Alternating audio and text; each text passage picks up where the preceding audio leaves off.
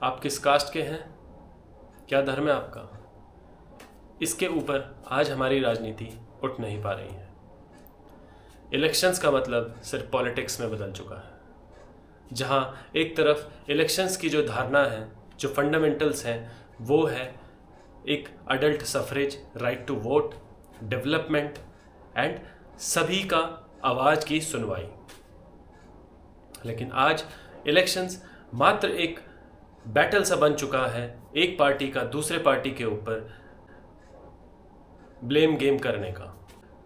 बिहार एक ऐसा राज्य जो फुल ऑफ पोटेंशियल है एंड जिसका भारत के आज़ादी के इतिहास में एक बहुत बड़ा योगदान है, जहां भारत के पहले राष्ट्रपति doctor Rajendra Prasad, civil disobedience movement चला, जेपी नारायण जैसे सत्ता को पलट देने वाले महान नेताओं ने जन्म लिया। बिहार भूमि है मेहनत करने वालों की, बिहार भूमि है खून पसीना बहाने वालों की, चाहे वो फिर युद्ध हो या फिर खेत, चाहे वो किसान हो या जवान। बिहार ने कभी भारत का हाथ छोड़ा नहीं, अपने योगदान से बिहार डरा नहीं। तो फिर बिहार की हालत आज ऐसी क्यों है, बिहार के साथ इतना भेदभाव क्यों हुआ? आज प्रतिबद्ध ऑफिशियल में हम जानेंगे कि जो बिहार के इलेक्शंस आने वाले हैं उनमें असल मुद्दे क्या होने चाहिए और बिहार की हालत आज भी ऐसी क्यों है। प्राथमिक विद्यालय 15 साल से चल रही है सामुदायिक भवन में, शेड बना हुआ है 2। बिहार की राजनीति में हमेशा उतार चढ़ाव रहे हैं, चाहे वो लालू प्रसाद यादव जी का एरा हो या फिर नीतीश कुमार का एरा। जहां एक तरफ लालू प्रसाद यादव सोशल जस्टिस की एक एरा लेकर आए थे, वहीं नीतीश कुमार जी अपना फोकस लेकर आए थे गवर्नेंस के ऊपर। एंड जो पावर है वो एक पेंडुलम की तरह आइडियोलॉजी और आइडेंटिटी के बीच घूमती रही। बट जो क्वेश्चन आज भी स्टैंड करता है वो ये कि क्या बिहारियों की लाइफ में कोई इम्प्रूवमेंट आया, क्या उनका स्टैंडर्ड ऑफ लिविंग कुछ बेहतर हुआ? कि साक्षरता दर 10% के भीतर है। खाने के लिए था ये नहीं है, तब पढ़ाई का पैसा कहाँ से देंगे?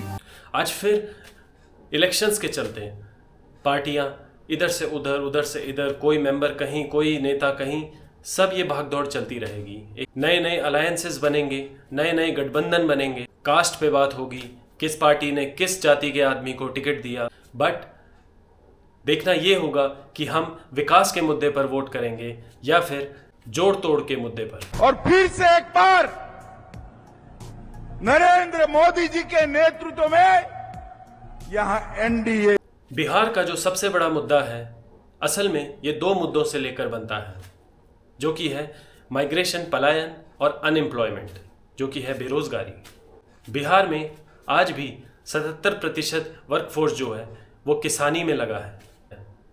मानो ऐसा लगता है जैसे बिहार आज भी 1947 में जी रहा है। बिहार के 70% युवा माइग्रेट होने का सपना देखते हैं, दूसरे राज्य में जाने का सपना देखते हैं, क्योंकि उनके पास अपॉर्चुनिटीज़ की भारी कमी है बिहार के राज्य में। चाहे फिर वो दिल्ली के किसी एटीएम में गार्ड की नौकरी या फिर कोटा के किसी बड़े संस्थान में टीचिंग की नौकरी। बिहार का युवा हर जगह है भारत में, सिवाय एक जगह के, जो है उसका अपना घर।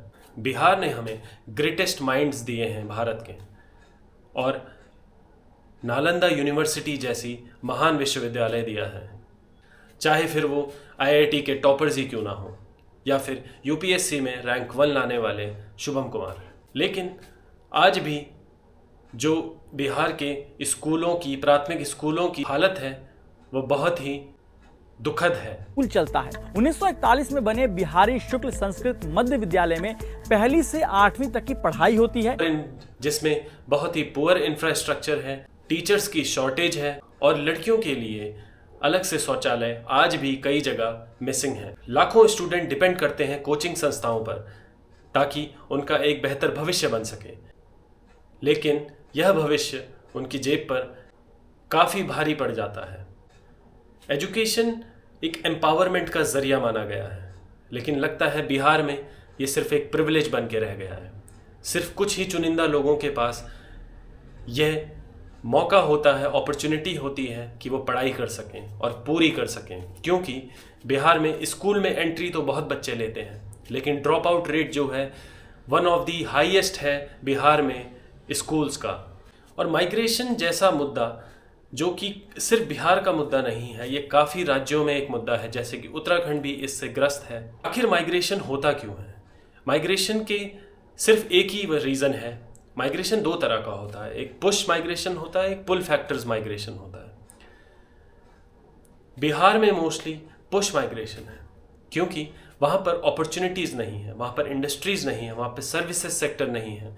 तो जो बिहार का युवा है, पढ़ा लिखा युवा है, वो आखिर जाए तो जाए कहाँ? 2 वक्त की रोटी कमाने के लिए।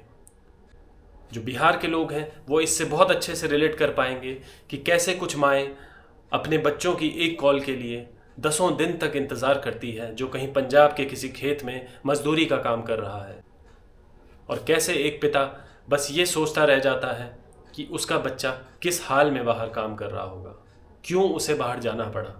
पलायन सिर्फ एक मुद्दा नहीं है, ये बिहार पे एक ऐसी क्षति है जिसने बिहार राज्य को अंदर से खोखला कर दिया है। तो क्या बिहारी कमज़ोर है? जी नहीं। आप कहीं भी नज़र घुमाइए, बिहारी आपको हर फील्ड में दिखेंगे, चाहे वो कंस्ट्रक्शन का फील्ड हो, चाहे वो एजुकेशन का फील्ड हो, चाहे वो कॉरपोरेट सेक्टर हो, चाहे वो ठेली लगाने वाला व्यक्ति हो, चाहे वो पुलिस में हो, आर्मी में हो, किसान में हो, बिहारी हर जगह है। आज बिहार की ज़रूरत है गुड गवर्नेंस और सिटीजन सेंट्रिक डेवलपमेंट। अब मैं आपके साथ कुछ फैक्ट शेयर करना चाहूँगा बिहार के बारे में।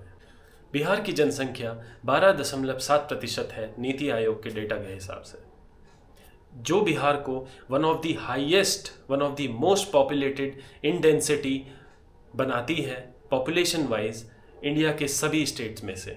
रही बात मैन्युफैक्चरिंग की, तो बिहार मात्र 0.62% कंट्रीब्यूशन करता है नेशनल GVA है, ग्रॉस वैल्यू एडेड है उसमें। वर्ल्ड बैंक के हिसाब से आज भी 42% जो गांव हैं बिहार के, उनमें ऑल वेदर रोड नहीं है, जहां पर कैपिटा इनकम भारत में 1,77,000 रुपये है। बिहार की पर कैपिटा इनकम आज भी 64 से 60,000 के बीच में है। और जब पर कैपिटा इनकम ही इतनी कम होगी तो परचेजिंग पावर कहाँ से आएगी? तो फैक्ट्रीज वहाँ क्यों जाएंगी? जिस जगह इंडस्ट्रीज़ को ग्राहक ही नहीं मिलेंगे जो खरीद सकें, तो इंडस्ट्रीज़ एंड फैक्ट्रीज़ या बिजनेसेस वहाँ क्यों अपना सेटअप लगाएंगे? और ये पर कैपिटा मात्र 1/3 है भारत की पर कैपिटा से। अगर मैं एक छोटा मोटा कंपैरिजन भी करूं तो निकल के आता है नाइजीरिया की पर कैपिटा इनकम 1,44,000 रुपये है और बिहार उससे भी नीचे है। और पर कैपिटा इनकम में सभी लोग आ जाते हैं, तो आप ये समझिए जो एकदम नीचे तबके के लोग हैं गरीबी में, उनका कितना बुरा हाल है।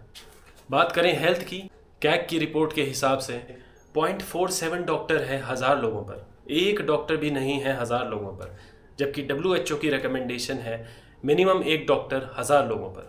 बिहार को ज़रूरत है 1,24,919 डॉक्टर्स, एलोपैथिक डॉक्टर्स की। बिहार ह्यूमन डेवलपमेंट इंडेक्स में सबसे लोएस्ट है, और ऐसे ही न जाने कितना डेटा मैं आपको देता चला जाऊँ। बिहार के लिए अब कोई भविष्य नहीं है क्या? बिहार का कोई फ्यूचर नहीं है? ऐसा नहीं है। ये ताकत है बिहार के वोटर्स के हाथों में, जिन्हें आज सोचना होगा और समझना होगा उनका वोट डेवलपमेंट पे पड़ रहा है या किसी और मुद्दे पर जिनसे उनकी आम जिंदगी पर कोई फर्क नहीं पड़ेगा। ऐसा नहीं है कि सरकार ने कुछ नहीं किया, सरकार ने भी काफ़ी कोशिशें करी। और क्या ये सिर्फ लोगों के वोट से होगा? नहीं, ये होगा जब दोनों सरकार और जनता मिलकर साथ चलेंगे और विकास की तरफ सोचेंगे, तब ही जो राज्य हमारा आज बहुत पीछे छूट गया है कहीं, वो विकसित भारत के हमारे सफ़र में तभी साथ आ पाएगा जब उसमें अच्छी शिक्षा, रोजगार, अच्छा स्वास्थ्य, अच्छी सड़कें और किसानों को बाढ़ से बचाया जा सकेगा। बिहार का युवा टेक्नोलॉजी की समझ रखने वाला युवा है, वो एम्बिशियस है, स्टार्टअप्स खुल रहे हैं। ज़रूरत है कि हम उन्हें अपॉर्चुनिटी प्रोवाइड करें, सरकार उन्हें अपॉर्चुनिटी प्रोवाइड करे, फार्मर्स नए मेथड्स अपनाएं एंड स्मॉल बिजनेसेस को प्रोत्साहन दिया जाए सरकार के द्वारा। आज बिहार की जो सबसे बड़ी ज़रूरत है वो है पॉलिटिकल विल, ना कि पॉलिटिक्स या डिवीजन। एक ऐसी लीडरशिप की जरूरत है जो बिहारियों की बात सुने, उनकी समस्याओं को समझे। बिहार का ये इलेक्शन सिर्फ वोट नहीं चाहता, ये चाहता है एक विजन, एक सोच, एंड सिर्फ वादों पे वोट नहीं बल्कि जो प्रोग्रेस, जो ग्रोथ बिहार को मिलने वाली है उस पर वोट होना चाहिए। बिहार का जो भविष्य है वो मैनिफेस्टोज नहीं डिसाइड करेंगे। बिहार का जो भविष्य है अब डिसाइड करना होगा बिहार के लोगों को अपने वोट का सही से इस्तेमाल करके। सोचिए, सवाल करिए और फिर वोट करिए। धन्यवाद। और सब्सक्राइब करिए प्रतिबद्ध ऑफिशियल को ऐसे ही और मुद्दों पर डिस्कशंस जानने के लिए।